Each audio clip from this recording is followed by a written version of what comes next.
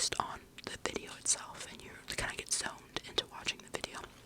So in this video, I'm going to tell you to close your eyes. But the thing is that even if you don't close your eyes, the screen will be black. So the screen will dim and go black. So then you can't watch anything, and then you can just listen, and if you're falling asleep, close your eyes, and just relax and fall asleep. So I'm gonna ask you to close your eyes. Go ahead, close your eyes. Put the blanket on.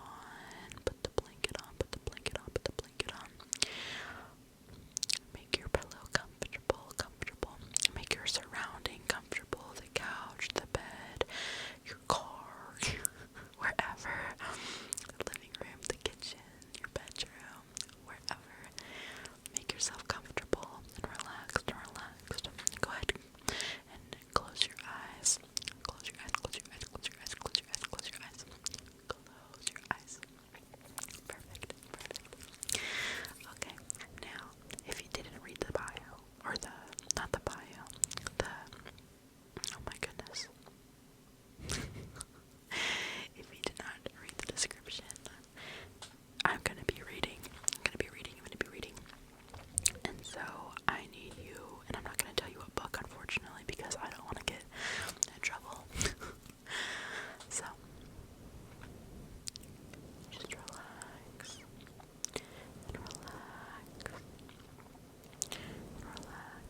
Now this book is PG, so you don't have to worry, and it is about a non-real story. I know sometimes just saying the truth is easier than saying the fancy words like fiction and non-fiction. So,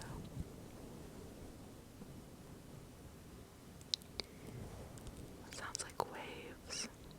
It's kind of relaxing. Okay, let me get the book. I'm also only gonna read one chapter, okay? Okay. Look, I didn't want to be half-blood. If you're reading this because you think you might be one, my advice is close this book right now. Believe what you ever lie your mom or dad told you about your birth, and try to lead a normal life. Being a half-blood is dangerous. It's scary.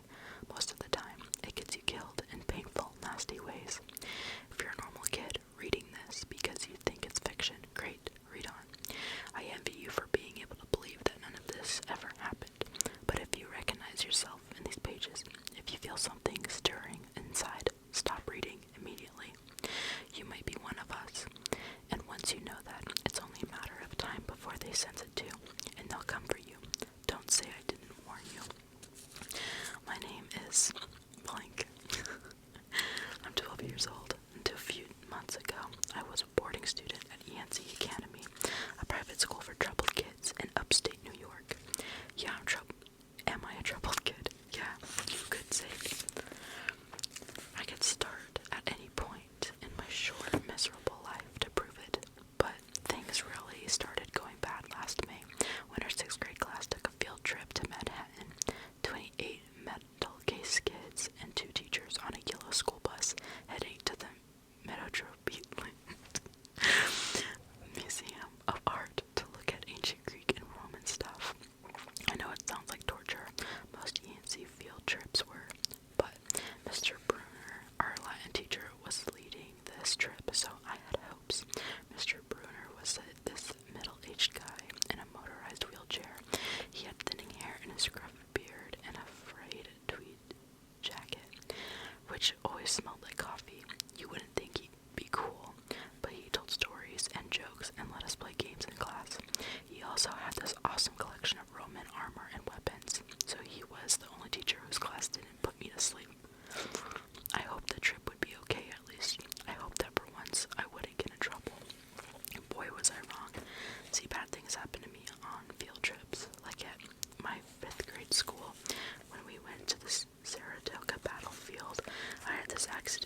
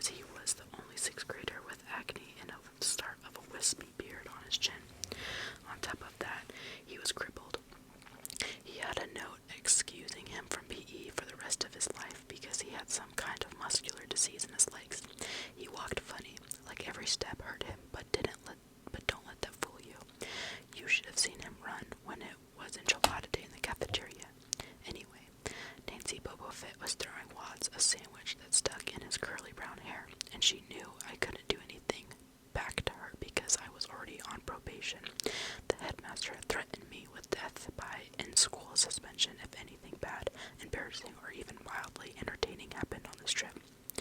I'm going to kill her, I mumbled. Grover tried to calm me down. It's okay. I like peanut butter. He touched another piece of Nancy's lunch. That's it. I started to get up, but Grover pulled me back to my seat. You're already on probation, he reminded me. You know who'll get blamed if anything happens. Look back on it. I wish I'd decked Nancy Bobo Fett. Right then and there, in-school suspension would have been nothing compared to the mess I was about to get myself into.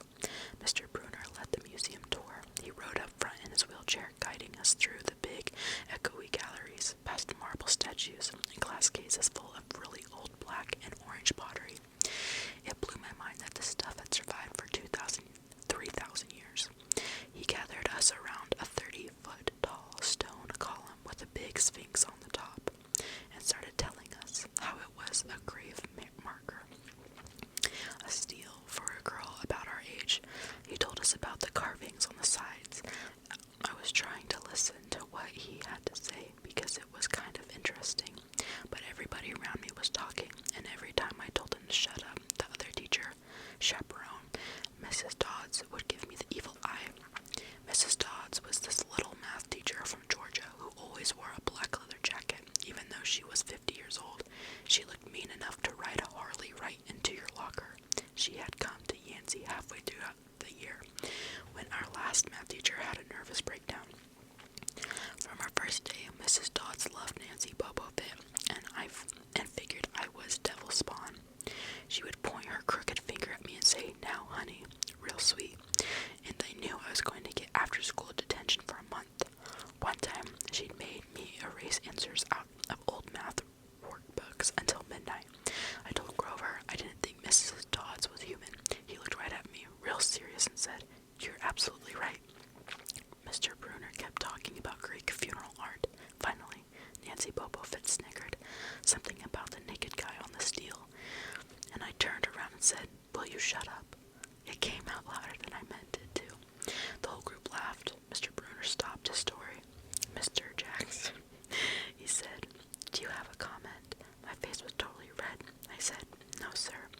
Mr. Bruner pointed to one of the pictures on the steel. "Perhaps you'll tell us what this picture represents." I looked at the carving and felt a flush of relief because I actually recognized it. That's Kronos eating his kids, right? "Yes," Mr. Bruno said, obviously not satisfied. "And he did this because, well," I racked my brain to remember. "Kronos was the king god and god?" Mr. Bruner asked. "Titan," I correct myself. "And he didn't trust his kids who were gods. So, Kronos ate them, right? But his wife hid baby Zeus and gave Kronos a rock to eat instead. And later, when Zeus grew up, he tricked his dad, Kronos, into barfing up his brothers and sisters." "Ew," said one of the girls behind me. "And so there was this big fight between the gods and the Titans," I continued, "and the gods won." Some snickers from the group. Behind me, Nancy Bobo Fett mumbled to a friend, like we're going to use this in real life, like it's going to say on our job applications, "Please explain why Kronos ate his kids." "And why, Mr. Jackson," Bruner said. "To paraphrase Miss Boba Fett's excellent question, does this matter in real life?" "Busted," Grover muttered. "Shut up," Nancy hissed, her face even brighter red than her hair. At least Nancy got packed, too. Mr. Bruner was the only one who ever caught her saying anything wrong. He had radar ears. I thought about his question and shrugged. "I don't know, sir." "I see." Mr. Bruner looked disappointed. "Well, have credit, Mr. Jackson.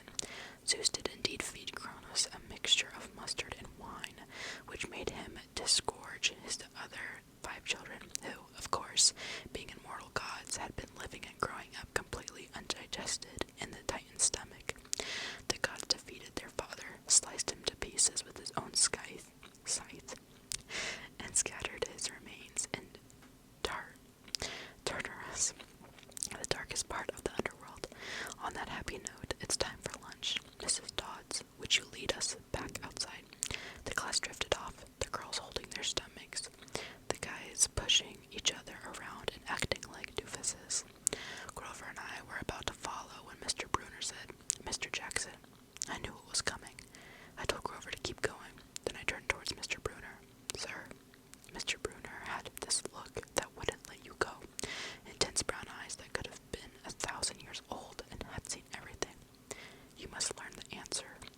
question, Mr. Bruner told me. What about the Titans? About real life and how your studies apply to it? Oh, what you learned from me, he said, is vitally important. I expect you to treat it as such. I will accept only the best from you, Percy Jackson. Sorry. Side note, just said the title. I wanted to get angry. This guy pushed me so hard. I mean, sure, it was kind of cool on tournament days when he dressed up in a suit of Roman armor and shouted, "What ho!" and challenged us, sword pointed against chalk, to run to the board and name every Greek and Roman person who had ever lived, and their mother, and what god they worshipped. But Mr. Bruner expected me to be as good as everyone else, despite the fact that I have dyslexia and attention deficit disorder, and I had never made above a C- in my life. No, he didn't expect me to be as good. He expected me to be better, and I just couldn't learn all those names and facts, much less spell them correctly. I mumbled something about trying harder, while Mr. Bruner took one long sad look at the steel, like he'd been at the girl's funeral.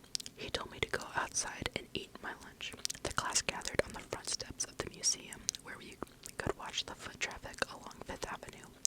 Overhead, a huge storm was brewing, with clouds blacker than I had ever seen over the city. I figured maybe it was a global warming or something, because the weather all across New York State had been weird since Christmas. We'd have massive snowstorms, flooding, wildfires from lightning strikes. I wouldn't have been surprised if this was a hurricane blowing in. Nobody else seemed to notice. Some of the guys were pelting pigeons with Lunchable crackers. Nancy Bobofit was trying to pickpocket something from a lady's purse, and of course Mrs. Dodds wasn't seeing a thing. Grover and I sat on the edge of the fountain, away from the others. We thought that maybe if we did that, everybody wouldn't know where we were. We were from that school. The school for loser freaks who couldn't make it elsewhere. Detention? Grover asked. Nah, I said. Not from Bruner. I just wished he'd lay off me sometimes. I mean, I'm not a genius. Grover didn't say anything for a while. Then I thought he was going to give me some deep philosophical comment to make me feel better. He said, "Can I have your apple?" I didn't have much of an appetite, so I let him take it. I watched the stream of cabs going down Fifth Avenue and thought about my mom's apartment, only a little ways uptown from where we sat. I hadn't seen her since Christmas. I wanted so bad to jump in a taxi and head home. She'd hug me and be glad to see me, but she'd be disappointed too. She'd send me right back to Yancey, remind me that I had to try harder, even if this was my sixth school in 6 years, and I was probably going to be kicked out again. I wouldn't be able to stand that sad look she'd give me. Mr. Bruner parked his wheelchair at the base of the handicapped ramp. He ate celery while he read a paperback novel. A red umbrella stuck up from the back of his chair, making it look like a motorized cafe table. I was about to unwrap my sandwich when Nancy Bobofit appeared in front of me with her ugly friends. I guess she'd gotten tired of stealing from the tourists and dumped her half-eaten lunch in Grover's lap. Oops, she grinned at me with her crooked teeth. Her freckles were orange, as if somebody had spray painted her face with liquid Cheetos. I tried to stay cool. The school counselor had told me a million times, count to 10, get control of your temper. But I was so mad my mind went blank. A wave roared in my ears. I don't remember touching her, but the next thing I knew, Nancy was sitting on her butt in the fountain screaming. Percy pushed me.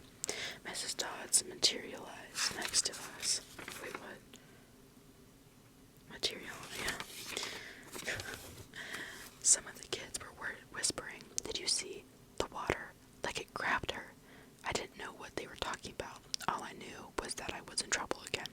As soon as Mrs. Dodds was sure poor little Nancy was okay, promising to get her a new shirt at the museum gift shop, etc., etc., Mrs. Dodds turned on me. There was a triumphant fire in her eyes, as if I had done something she'd been waiting for all semester. "Now, honey." "I know," I grumbled. "A month erasing workbooks." That wasn't the right thing to say. "Come with me," Mrs. Dodds said. "Wait," Grover yelped. "It was me. I pushed her." I stared at him, stunned. I couldn't believe he was trying to cover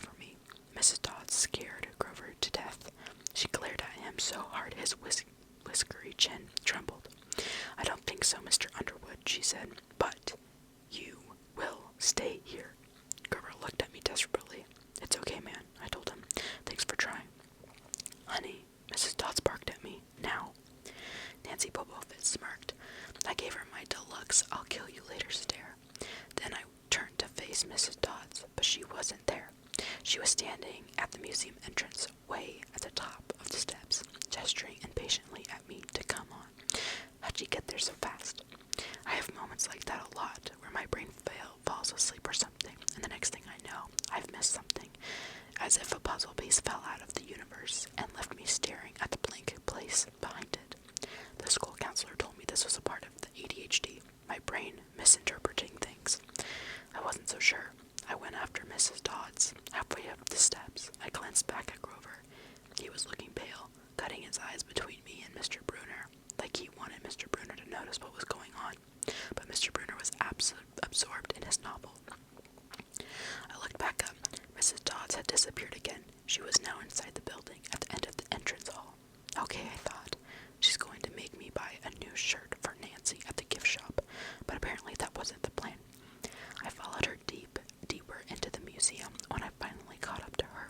We were back in the Greek and Roman section. Except for us, the gallery was empty. Mrs. Dodds stood with her arms crossed in front of a big marble frieze of the Greek gods. She was making this weird noise in her throat, like growling. Even without the noise, I would have been nervous. It's weird being alone with a teacher, especially Mrs. Dodds.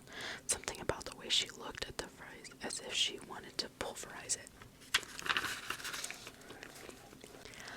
Did you really think you would get away with it? The look in her eyes was beyond mad. It was evil. She's a teacher, I thought nervously. It's not like she's going to hurt me. I said, I'll try harder, ma'am. Thunder shook the building. We are not fools, Percy Jackson. Mrs. Dodds said, it was only a matter of time before we found you out. Confess, and you will suffer less pain. I didn't know what she was talking about. All I could think of was that the teachers must have found the illegal stash of candy I'd been hiding. I'd been selling out of my dorm room. Or maybe they'd realize I got my essay on Tom Sawyer from the internet without ever reading the book, and now they're going to take away my grade. Or worse, they were going to make me read the book. Well, she demanded. Ma'am, I don't. Your time is up, she hissed. Then the weirdest thing happened. Her eyes began to glow like barbecue coals. Her fingers stretched, turning into talons. Her jacket melted into large, leathery wings. She wasn't human. She was a shriveled hag with bat wings and claws and a mouth full of yellow fangs. And she was about to slice me to ribbons. Then things got even stranger. Mr. Bruner, who had been out in front of the museum a minute before, wheeled his chair into the doorway of the gallery, holding a pen in his hand. What ho, Percy, he shouted, and tossed the pen through the air. Mrs. Dodds laughed at me. With a yelp, I dodged and felt talons slash the air next to my ear. I snatched the ballpoint pen out of the air, but when it hit my hand, it wasn't a pen anymore. It was a sword, Mr. Bruner's bronze sword, which he always used on tournament day. Mrs. Dodds spun towards me with a murderous look in her eyes. My knees were jelly. My hands were shaking so bad I almost dropped the sword. She snarled, "Die, honey," and she flew straight at me. Absolute terror ran through my body. I did the only thing that came naturally. I swung the sword. The metal blade hit her shoulder and passed clean through her body as if she were made of water. Hiss. Mrs. Dodds was a sand castle and a power fan. She exploded into yellow powder, vaporized on the spot, leaving nothing but the smell of sulfur and a dying screech and a chill of evil in the air, as if those two glowing red eyes were still watching me. I was alone. There was a ballpoint pen in my hand. Mr. Bruner wasn't there. Nobody was there but me. My hands were still trembling. My lunch must have been contaminated with magic mushrooms or something. Had I imagined the whole thing? I went back outside. It had started to rain. Grover was sitting by the fountain, a museum map tented over his head. Nancy Bobofit was still standing there, soaked from her swim in the fountain, grumbling to her ugly friends. When she saw me, she said, "I hope Mrs. Kerr whipped your butt." I said, "Who?" "Our teacher, duh." I blinked. We had no teacher named Mrs. Kerr. I asked Nancy what she was talking about. She just rolled her eyes and turned away.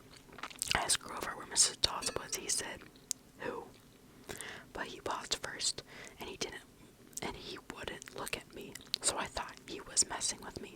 Not funny, man, I told him. This is serious. Thunder boomed overhead. I saw Mr. Bruner sitting under his red umbrella, reading his book as if he never moved. I went over to him. He looked up, a little distracted. Ah, that would be my pen. Please bring your own writing utensils in the future, Mr. Jackson. I handed Mr. Bruner his pen. I hadn't even realized I was still holding it. Sir, I said, where's Mrs. Dodds? He stared at me blankly. Who? The other chaperone, Mrs. Dodds, the pre-algebra teacher. He frowned and sat forward, looking mildly concerned. Percy, there is no Mrs. Dodds on this trip. As far as I know, there has never been a Mrs. Dodds at Yancey Academy. Are you feeling all right?